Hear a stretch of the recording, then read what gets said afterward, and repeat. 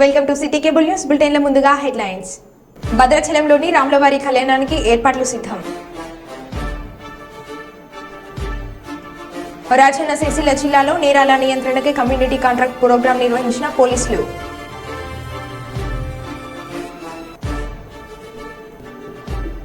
కడియం శ్రీహరిపై మాజీ MLA doctor Rajaiah fire.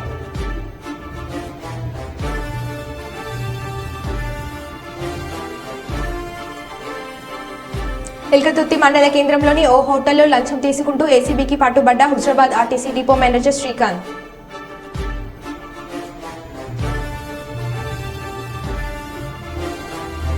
IKP centre కోసం కలెక్టర్కు వినతి పత్రం అందజేత.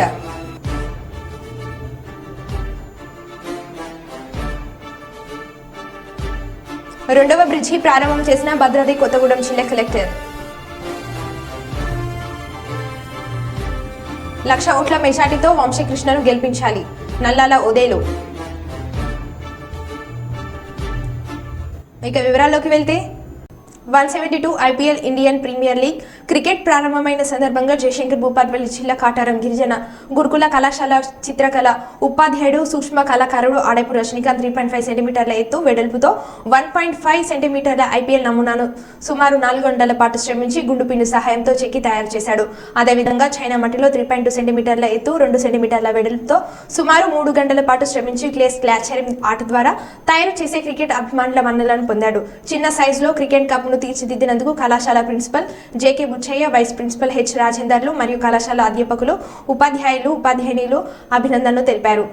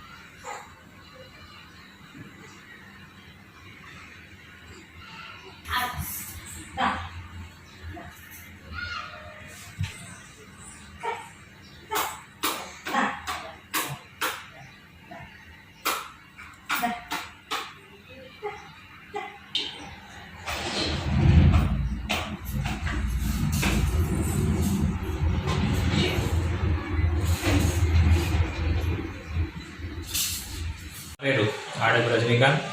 నేను 17వ ఐపీఎల్ జరుగుతున్న సందర్భంగా చాక్పీస్పై 3.5 సెంటీమీటర్లు ఎత్తున్నటువంటి మరియు 1.5 సెంటీమీటర్ల వెలుపున్నటువంటి ఐపీఎల్ కప్ నమూనాను సుమారు 4 గంటల పాటు గుండు పిన్ను సాయంతో చెక్కి ఉన్నాను.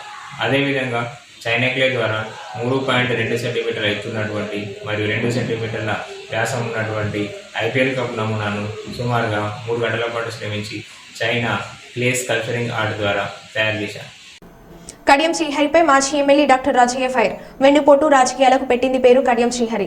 Black mailer king. TRS party నుండి ఎంపీ టికెట్తో పాటు పార్టీ ఫండ్ తీసుకుని కేసీఆర్ నమ్మకానికి వెన్నుపోటు పొడిచాడు. స్టేషన్ గన్పు నియోజకవర్గానికి పట్టిన పీడ విరిగింది. కడియం శ్రీహరి పార్టీ నుండి వెళ్లిపోవడంతో పార్టీ శ్రేణులకు స్వేచ్ఛ లభించింది.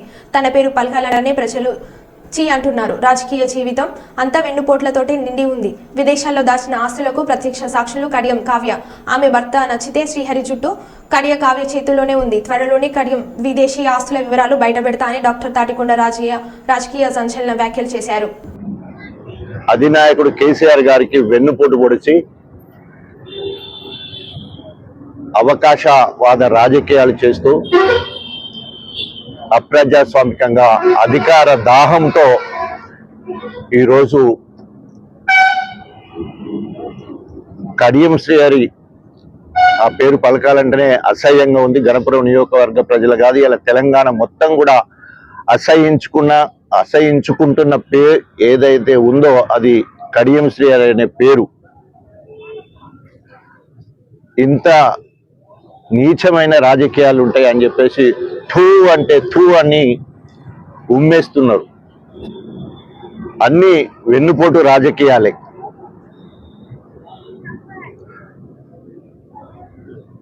ఆయన రాజకీయ అరంగేట్రం టీడీపీలో ఉండి అనేక రకాలుగా టీడీపీలో ఎన్టీ రామారావు సంకల చేరి ఆయన నమ్మబలికి ఆయన నమ్మించి ఆయన చెప్తుండే మంత్రివర్గ ప్రమాణ స్వీకారానికి నేను పోతే నువ్వు మంత్రిగా పోతున్నావు, నువ్వెందుకు వచ్చినావు పాస్కు అని చెప్పిండని ఆయన గొప్పగా చెప్పుకుంటుండే. అంత నమ్మకంగా నమ్మిన ఎన్టీ రామారావుకు నమ్మక ద్రోహం చేసి వెన్నుపోటు పొడిచి ఆయన ద్వారా మంత్రి పదవులను అనుభవించి ముందుగా కుడా చైర్మన్ అనుభవించి ఆ రకంగా ఆ పార్టీకి వెన్నుపోటు పొడిచి వైస్రాయ్ హోటల్లో చెప్పులు ఇసిరేసి చంద్రబాబు సంకల చేరిండు కడియం శ్రీహరి. అక్కడ అనేక పదవులు అనుభవించి మళ్ళీ చంద్రబాబు నాయుడుకు వెన్నుపోటు పొడిచి అధికార దాహం ఇంకప్పటికి తీరలే. ఎందుకంటే 9 సంవత్సరాలు మంత్రిగా చేసినా కూడా అనేక పదవులు అనుభవించినా కూడా అధికార దాహం తీరక చంద్రబాబు నాయుడుకు వెన్నుపోటు వచ్చి మళ్ళీ కేసీఆర్ సంకల జొరి బహుశా బీఆర్ఎస్ పార్టీలో ఎవరికి ఇయ్యనంత ప్రాధాన్యత, ఎవరు పొందనన్ని పదవులు అనుభవించి కేసీఆర్ గారిని బ్లాక్మెయిల్ చేసి ముందు ఎంపీ అయిండు, ప్రత్యేకంగా నా విషయంలో రెండోసారి బ్లాక్మెయిల్ చేసి ఉప ముఖ్యమంత్రి అయిండు, 2 సార్లు ఎమ్మెల్సీ అయిండు, మళ్ళీ బ్లాక్మెయిల్ చేసి blackmail king of king లెక్క మళ్ళీ ఎమ్మెల్యే కూడా అయిండు. అదేవిధంగా చివరికి మళ్ళీ బ్లాక్ మెయిల్ మహారాజు లెక్క తన బిడ్డకి ఎంపీ టికెట్ కూడా తీసుకోవడం జరిగింది. నిజంగా భారతదేశంలో ఏ వ్యక్తి చేయనంత బ్లాక్మెయిల్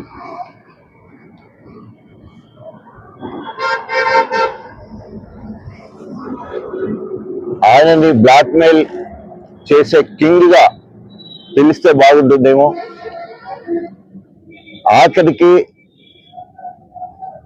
600 జనాభా 429 ఓట్లు తెలంగాణ మొత్తంలో. జయశంకర్ భూపాల్పల్లి మహాదేవ్పూర్ మండలంలోని దక్షిణ కాశీగా పేరుగాంచిన ప్రముఖ పుణ్యక్షేత్రమైన శ్రీ కాళేశ్వర ముక్తేశ్వర స్వామి ఆలయంలో నేటి నుంచి 3 రోజుల పాటు జరిగే శ్రీరామనవమి వేడుకలకు అన్ని ఏర్పాట్లు పూర్తి చేశామని ఆలయ కార్యనిర్వాహక అధికారి మారుతి నేటి నుండి 3 రోజుల పాటు శ్రీరామనవమి బ్రహ్మోత్సవాలు ప్రారంభం అవుతాయని అధికారులకు తెలిపారు.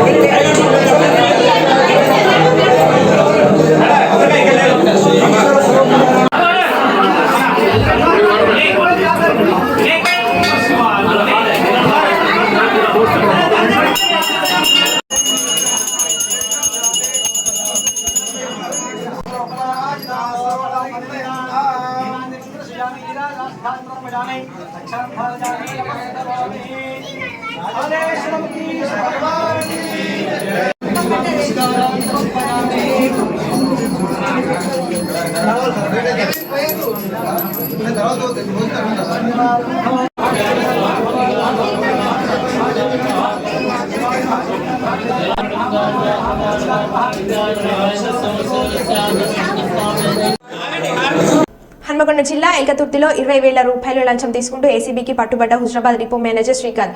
హుజరాబాద్ డిపోలో పనిచేస్తున్న ఎల్కతుర్తి మండలం దండేపల్లి గ్రామానికి చెందిన తాటికొండ రవీందర్ అనే ఆర్టీసీ డ్రైవర్ విధులు సక్రమంగా నిర్వహిస్తలేడని ఛార్జ్ మేము అందించి దానిని తొలగించడం కోసం లంచం డిమాండ్ చేసిన డిపో మేనేజర్ శ్రీకాంత్ గతంలోనే 10,000 అందించి నేడు 20,000 రూపాయల లంచం తీసుకుంటున్న క్రమంలో ఏసీబీకి పట్టుబడ్డాడు.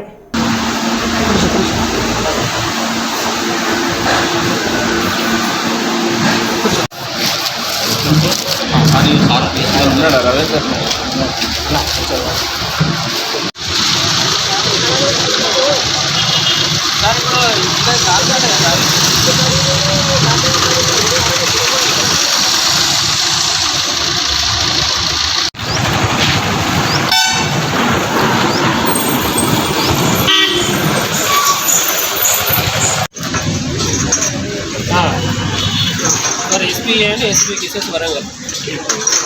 Okay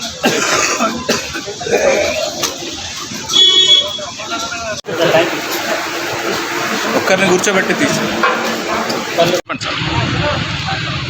print and electronic media ఇటువైపు చెప్పండి.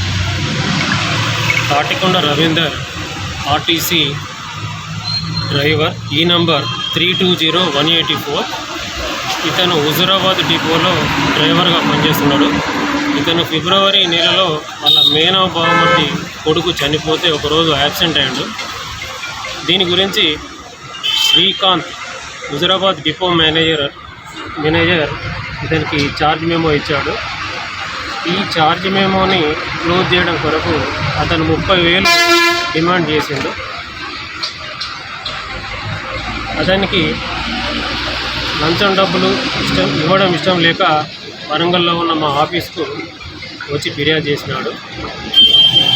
ఆయన డిమాండ్ మేరకు ఈరోజు 20,000 లంచంగా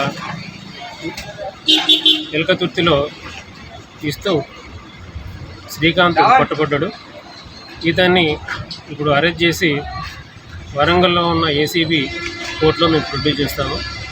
అలాగే మీకు ఎవరికైనా కూడా ప్రభుత్వ ఉద్యోగి ఎవరైనా కూడా లంచం అడిగితే మా టోల్ ఫ్రీ నంబర్ 1064 దీనికి కాల్ చేయగలరని మనకి. నా పేరు సాంబయ్య అండి, డిఎస్పీ ఏసీబీ. నాతో పాటు శ్యామ్ సుందర్, రాజు ఎస్ మరియు సిబ్బంది పాల్గొన్నారు. మహాదేవ్పూర్ పోలీస్ స్టేషన్లో కాంగ్రెస్ జెడ్పీటీసీ భర్త మన్మధుడా అంటూ చిందులు పాటలు పెట్టి మరీ వీడియో తీసిన పోలీసులు. మంతిన్లో మంటగాలుస్తున్న పోలీసులు. ప్రతిష్ట మంతిన్లో కాంగ్రెస్ నాయకులు ఏది చెప్తే అదే అంటున్న పోలీసులు. పోలీస్ స్టేషన్ లేక డ్యాన్స్ ఇన్స్టిట్యూషన్ అంటూ ముక్కున వేలేసుకుంటున్న ప్రజలు.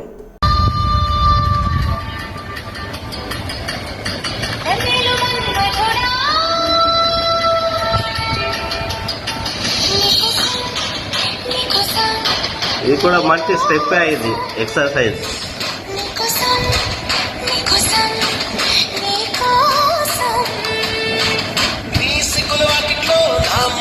భలే చేస్తా నన్ను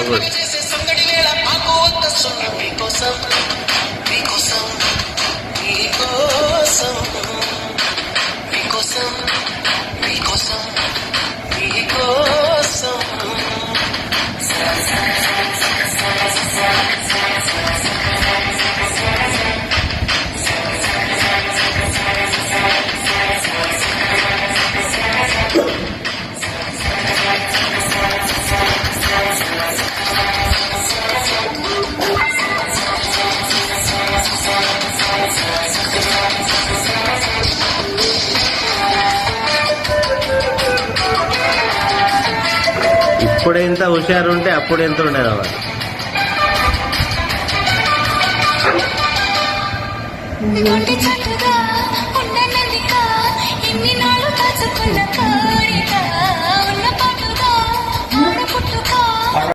భద్రాద్రి కొత్తగూడెం జిల్లా బూర్గంపాడు మండలం సారపాక భద్రాచలం మధ్యలో నిర్వహిస్తున్నటువంటి ప్రారంభోత్సవం చేసిన జిల్లా కలెక్టర్ ప్రియాంకాల. భద్రాచలం నుంచి సారపాకకు పాత బ్రిడ్జ్ నుంచి రాకపోకలు నేటి నుంచి ప్రారంభం అయ్యాయి.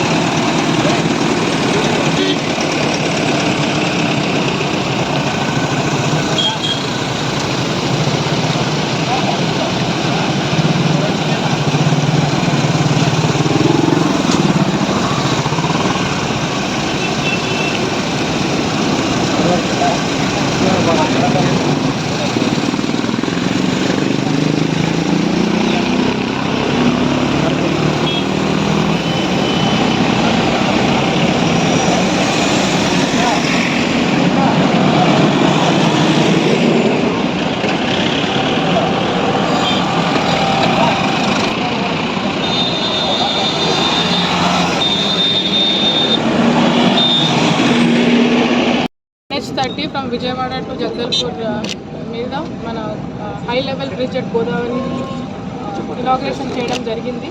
ఇది 166 కిలోమీటర్స్లో ఉన్న ఈ బ్రిడ్జ్ గోదావరి మీద 2014లో స్టార్ట్ చేసి ఇప్పుడు మేము కంప్లీట్ చేయడం జరిగింది. After so much of work ఈరోజు చాలా సక్సెస్ఫుల్గా ఇనాగ్రేట్ చేసుకున్నాము. ఈ బ్రిడ్జ్ 2.3 కిలోమీటర్స్ లెంత్లో బ్రిడ్జ్ వచ్చేసి 1.2 కిలోమీటర్స్, అప్రోచ్ వచ్చేసి remaining of the area. Bridge with వచ్చేసి 12 metres and the road with 7.5 metres and remaining is pathways. So ఇది మేము ఈరోజు హై లెవెల్ బ్రిడ్జ్ అనేది ఇనాగ్రేషన్ చేసుకున్నాము. ఏదైతే మనకి ఈరోజు ఇప్పుడు 17th 18th రోజు ఉండేది శ్రీరామనవమి ఉత్సవాల కోసం వచ్చే మోర్ ట్రాఫిక్ మోర్ వెహికల్స్ కోసం ఇది చాలా ఫాస్ట్గా ఇది 2-3 మంత్స్లో మేము కంప్లీట్ చేసుకొని సరిగ్గా శ్రీరామనవమి కోసం ఇది ఈరోజు ఇనాగ్రేట్ చేసుకొని వచ్చే డివోటీస్కి కానీ వచ్చే మిగతా జిల్లాల నుంచి మిగతా ప్రదేశాల నుంచి వచ్చే ప్రజలకి ఏమీ అసౌకర్యం కలగకుండా ఈ బ్రిడ్జ్ని ఈరోజు జనాల కోసం ఇనాగ్రేట్ చేయడం జరిగింది. భద్రాద్రి కొత్తగూడెం జిల్లా భద్రాచలం శ్రీ సీతారామచంద్ర స్వామి వారి ఆలయంలో శ్రీరామనవమి ఉత్సవాల్లో భాగంగా ఈరోజు అగ్ని ప్రతిష్ఠ కార్యక్రమం కన్నుల విందుగా జరిగింది. ఈ కార్యక్రమంలో భక్తులు అధిక సంఖ్యలో పాల్గొని కార్యక్రమాన్ని జయప్రదం చేశారు. వచ్చిన భక్తులకు ఎటువంటి ఇబ్బందులు కలగకుండా ఆలయ సిబ్బంది తగు ఏర్పాట్లు చేశారు.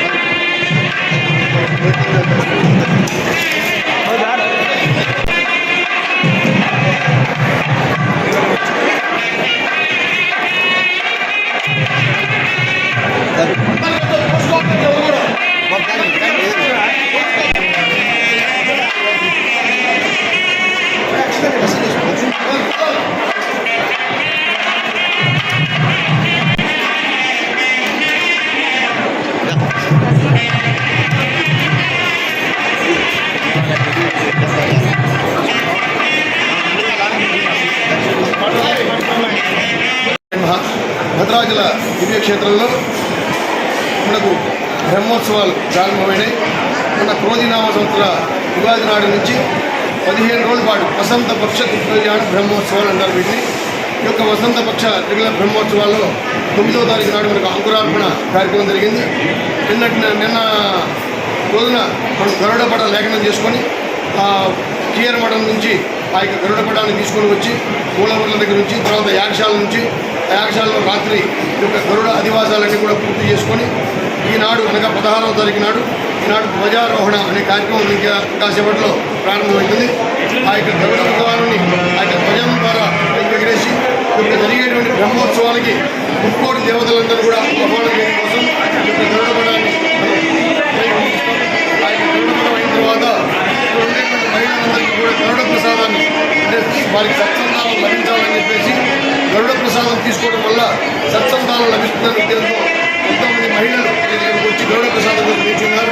వారందరికీ కూడా ఇప్పుడు ఈ యొక్క ధ్వజారోహణ పూర్తయిన తర్వాత గరుడ ప్రసాదం ఇస్తారు. ఆ యొక్క ప్రసాదాన్ని వారంతా కూడా తీసుకొని వచ్చే సంవత్సరం కల్లా సత్సంతానం లభించి వారంతా కూడా మళ్ళీ రామదర్శనానికి రావాలని కోరుకుంటూ, అలాగే రేపటి రోజున ఎదుర్కోలు కార్యక్రమం ఉంటుంది. కళ్యాణ మండపం వద్ద మిథిలా ద్వారం వద్ద సీతామహాలక్ష్మి, వైకుంఠ ద్వారంలో లక్ష్మణ సమేతులైన రామచంద్ర స్వామి గారు ఉంటారు. ఇరుపక్షాల్లో ఎదుర్కోలు యొక్క కార్యక్రమం వైభవపేతంగా జరుగుతుంది. తర్వాత స్వామివారు తిరిగి సేవ చేసుకుని వస్తారు. తర్వాత ఎల్లుండి ఉదయం మనకు 8 గంటలకు స్వామివారి యొక్క గృహమూర్తుల కళ్యాణ మహోత్సవం ఉంటుంది. అది ఆంతరికంగా జరుగుతుంది. అది అంత ఎక్కడికి కూడా ప్రవేశపడదు. తర్వాత 10 గంటలకు కళ్యాణ మండపంలో అంగరంగ వైభవంగా ఈ యొక్క కళ్యాణ మహోత్సవం ప్రారంభమవుతుంది. ఈ యొక్క మహోత్సవాల్లో భక్తులంతా కూడా పాల్గొని స్వామివారికి కళ్యాణ మహోత్సవాన్ని నిర్మించవలసిందిగా కోరుతున్నాం. రాలేని వారంతా కూడా ఇక్కడికే రాలేదని బాధపడాల్సిన అవసరం లేదు. ఎవరి వారు వారి యొక్క ప్రచార మాధ్యమాల ద్వారా వచ్చేటువంటి కళ్యాణ మహోత్సవాలు ఇళ్ల వద్దనే ఉండి వీక్షించి వృద్ధులు ఉంటారు, పెద్దవాళ్ళు ఉంటారు, రాలేని వారు ఉంటారు, చంటి పిల్లలు ఉంటారు. వీళ్ళంతా రాలేరు కాబట్టి రాలేని వారంతా కూడా బాధపడాల్సిన అవసరం లేదు. మనం ఇంటి వద్ద కూర్చొని రామనామస్మరణ చేస్తూ రామకోటి చేస్తూ ఆ కళ్యాణాన్ని కలిగించిన భద్రాచల క్షేత్రంలో ఉన్నటువంటి ఫలితం దక్కుతుంది. కాబట్టి మీరంతా కూడా మీ ఇళ్ల వద్ద ఉండి కూడా ఈ యొక్క కళ్యాణాన్ని జరిగించాల్సింది. తెల్లారి 18వ తారీఖు నాడు పట్టాభిషేకం, రాముడికి మాత్రమే ఉన్నటువంటి ఏకైక ఉత్సవం పట్టాభిషేకం. అలాంటి పట్టాభిషేకాన్ని కూడా అందరూ కూడా జరిగించవలసిందిగా కోరుతున్నాం. ప్రతి పునర్వసు నుంచి పునర్వసు వరకు కూడా రామాయణ పారాయణ జరిగి పుష్యమి నాడు రాముడికి పట్టాభిషేకం జరుగుతుంది. అలాంటి పట్టాభిషేకం 18వ తారీఖు జరుగుతుంది కాబట్టి దాన్ని కూడా వీక్షించవలసిందిగా కోరుతున్నాం. అదే రోజు సాయంకాలం మనకు రథోత్సవ కార్యక్రమం ఉంటుంది. తెల్లారి వేదాశీర్వచనం, దోపోత్సవం, తెప్పోత్సవం, నెక్స్ట్ ఉంగిలోత్సవం, వసంతోత్సవం, అలాగే 23వ తారీఖు నాడు మనకు చక్రస్థానం అని చెప్పి గోదావరి నదీ తీర్థంలో చక్రస్థాన కార్యక్రమం ఉంటుంది. దాంట్లో కూడా భక్తులంతా కూడా 50 మంది భక్తులు, పురజనులు, యాత్రికులు అంతా కూడా ఈ యొక్క చక్రస్థానంలో పాల్గొని ఆ చక్రస్థానాన్ని ఆచరించడం వల్ల మనకు ఆయురారోగ్యాలు అన్నీ కూడా లభిస్తాయి. కాబట్టి ప్రతి ఒక్కరూ కూడా ఆ యొక్క చక్రస్థానంలో పాల్గొని ఆ రోజు సాయంకాలం స్వామివారికి శేషవాహనం మీద పూర్తయిన తర్వాత మనకు ధ్వజ అవరోహణ కార్యక్రమం, తర్వాత సాయంకాల సమయంలో ద్వాదశారాధనలు, ద్వాదశ ప్రదక్షిణలు, రాత్రికి పుష్పయాగం, ఆ తర్వాత మహాకుంభ ప్రోక్షణతో మనకి ఒక బ్రహ్మోత్సవాలన్నీ కూడా పూర్తయితాయి. ఆ మరునాడు మనకు 24వ తారీఖున ఉత్సవాంగ స్థాపన, ఉత్సవాంగ స్థాపన, ఉత్సవానంతర స్థాపన. ముందు రోజు 9వ తారీఖు స్థాపన అయింది. మళ్ళీ 24వ తారీఖు ఉదయం ఉత్సవానంతర స్థాపనంతో ఈ యొక్క బ్రహ్మోత్సవాలన్నీ పూర్తయితాయి. తర్వాత మనకి 2వ తారీఖు నాడు మరలా నూతన ప్రయోగోత్సవం మనకు జరుగుతుంది. అప్పటి వరకు కూడా మనకు 23వ తారీఖు వరకు కూడా 9వ తారీఖు 23వ తారీఖు వరకు నిత్య కళ్యాణాలు జరుపుకోవడం. అలాగే పౌర్ణిమోత్సవం కూడా 2వ తారీఖు వరకు మళ్ళీ మనకు స్వామివారి జై శ్రీరామ్. మంచిర్యాల జిల్లా మిట్పల్లిలో గ్రామంలో వివో మదర్ తెరిసా ఆధ్వర్యంలో ఐకేపీ వడ్ల కొనుగోలు కేంద్రం ఉండాలని రైతులు కోరుకుంటున్నారు. రైతుల యొక్క ఆవేదనను అర్థం చేసుకుని జిల్లా కలెక్టర్ స్పందించి వెంటనే ఐకేపీను ప్రారంభించగలరని మిట్పల్లి గ్రామం రైతుల జిల్లా కేంద్రంలోని సమీకృత కలెక్టరేట్ కార్యాలయం ముందు కలెక్టర్కి వినతి పత్రం అందజేయడం జరిగింది. ఈ సందర్భంగా మదర్ తెరిసా వివో సభ్యులు దుగ్గుట శకుంతల మాట్లాడుతూ మిట్టపల్లి గ్రామంలోని ఐకేపీ సెంటర్ని రైతులు ఎలాంటి సమాచారం లేకుండా తీసేయడం జరిగిందని, దానివల్ల రైతులు చాలా నష్టపోతున్నారని, మదర్ తెరిసా వివో 35 గ్రూపులు ఉన్నాయి, ఐకేపీ సెంటర్ ద్వారా 2% లాభం సమకూరుతుందని ఆవిడ తెలియజేశారు.